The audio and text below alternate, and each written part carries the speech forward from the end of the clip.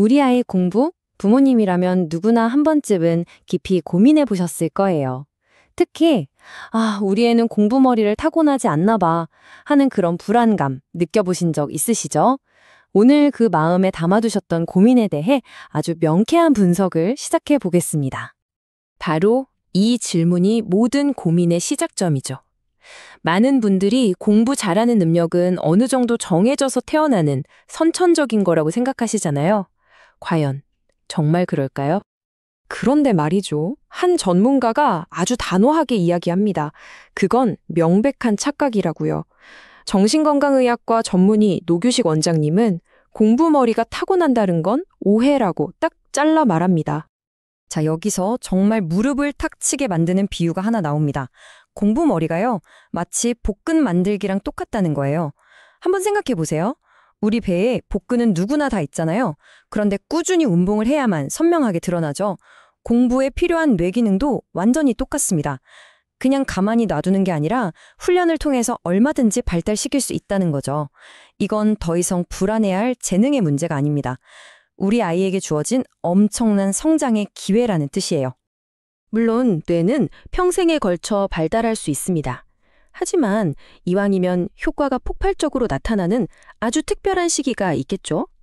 전문가들은 바로 이 시기를 골든타임이라고 부릅니다. 그 결정적인 골든타임은 바로 만 7세에서 12세 사이, 우리 아이들이 초등학교에 다니는 바로 그때입니다. 혹시 지금 자녀가 이 나이대라면 지금부터 나오는 이야기에 정말 귀를 쫑긋 세우셔야 합니다. 아니, 왜 하필 이 시기가 그렇게 중요할까요? 바로 이때 뇌에서 추상적이고 전략적인 사고 능력이 폭풍 성장하기 때문입니다. 이게 뭐냐면요, 그냥 지식을 달달 외우는 게 아니에요. 규칙의 원리를 파악하고 서로 다른 정보를 연결하고 또 목표를 세웠다가 이건 좀 아닌데? 싶으면 계획을 수정하는 아주 높은 수준의 학습 능력이거든요. 그 기초공사가 바로 초등학생 때 이루어지는 겁니다. 아니, 그럼 이 중요한 능력을 키우려면 특별한 학원이라도 보내야 하나 싶으시죠? 놀랍게도 그럴 필요가 전혀 없습니다.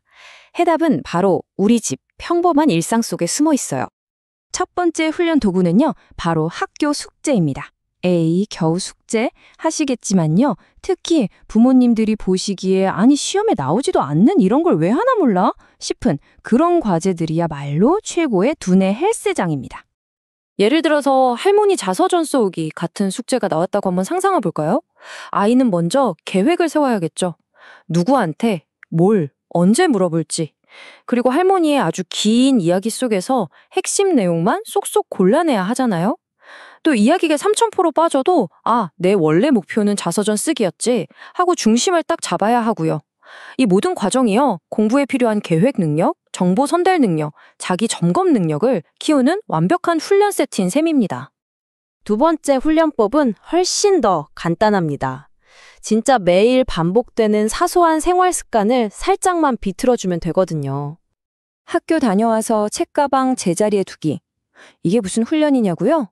핵심은요, 부모님의 말 한마디 있습니다. 거기다 둬라고 지시하는 게 아니라 아이한테 물어보는 거예요. 어디에 두면 제일 편하고 좋을까? 왜 그렇게 생각해? 라고요. 그리고 한 2주 정도 해본 뒤에 다시 물어보는 거죠. 거기에 계속 둬보니까 어땠어? 괜찮았어?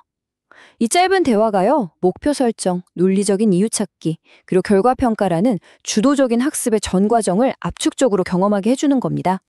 자, 그런데 요즘 우리 아이들의 두뇌 발달에 아주 강력한 복병이 하나 나타났습니다.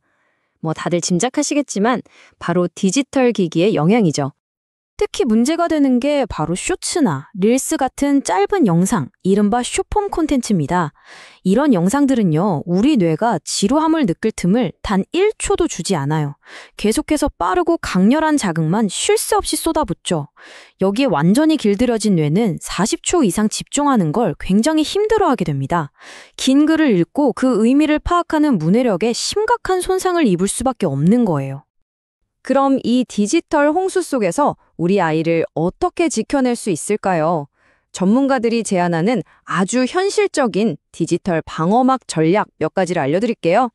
첫째, 규칙적인 생활 루틴을 만들어주세요. 뇌가 예측 가능한 환경에서 안정감을 느끼도록요. 둘째, 식사 시간만큼은 온 가족이 스마트폰을 내려놓는 규칙을 만드세요. 대화에 집중하는 정말 소중한 시간입니다. 셋째, 하루에 최소 1시간은 몸을 움직이는 아날로그 활동, 그러니까 바깥 활동 시간을 꼭 확보해 주세요. 그리고 마지막, 이게 핵심인데요. 스마트폰, TV, 태블릿, 이걸 다 따로따로 관리하는 게 아니라 모든 스크린 기기 사용 시간을 합쳐서 하루 총량을 정하는 총량제로 관리하는 겁니다. 자, 이제 마지막으로 이 모든 과정에서 가장 중요한 키를 쥐고 있는 사람, 바로 부모님의 역할과 소통 방식에 대해 이야기 나눠보겠습니다. 이 표 한번 보시겠어요? 왼쪽과 오른쪽, 정말 하늘과 땅 차이죠? 너 이제 공부 안 하니? 라는 비난 대신 오늘은 몇 시부터 공부할 계획이야? 라고 물어보는 거예요. 이 작은 차이가 아이를 수동적인 방어자에서 능동적인 계획가로 만들어줍니다. 아이가 약속한 시간을 놓쳤을 때도 마찬가지예요.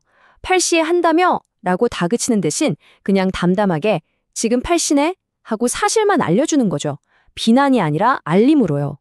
이것만으로도 아이는 스스로 상황을 파악하고 다음 행동을 결정할 힘을 얻게 됩니다. 만약에 이런 대화 기술들이 너무 어렵고 복잡하게 느껴지신다면 딱 한 가지만 기억하셔도 좋습니다. 바로 아이의 말을 끝까지 들어주는 것입니다.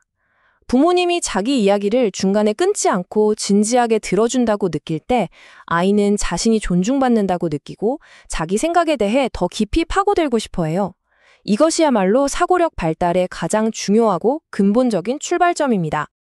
오늘 정말 많은 정보들을 이야기했는데요.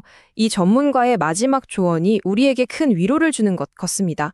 모든 걸 한꺼번에 완벽하게 바꾸려고 애쓰지 마세요. 부담 갖지 마시고요. 오늘 들은 것 중에 가장 쉬워 보이는 것 딱 하나부터 꾸준히 해보는 겁니다. 그러다 보면 어느새 아이는 물론이고 부모님도 함께 성장해 있는 모습을 발견하게 될 거예요. 자, 이제 여러분의 차례입니다. 이 질문에 스스로 답해보면서 오늘 밤 당장 시작할 수 있는 나만의 작고 소중한 실천 계획 하나를 세워보는 건 어떨까요?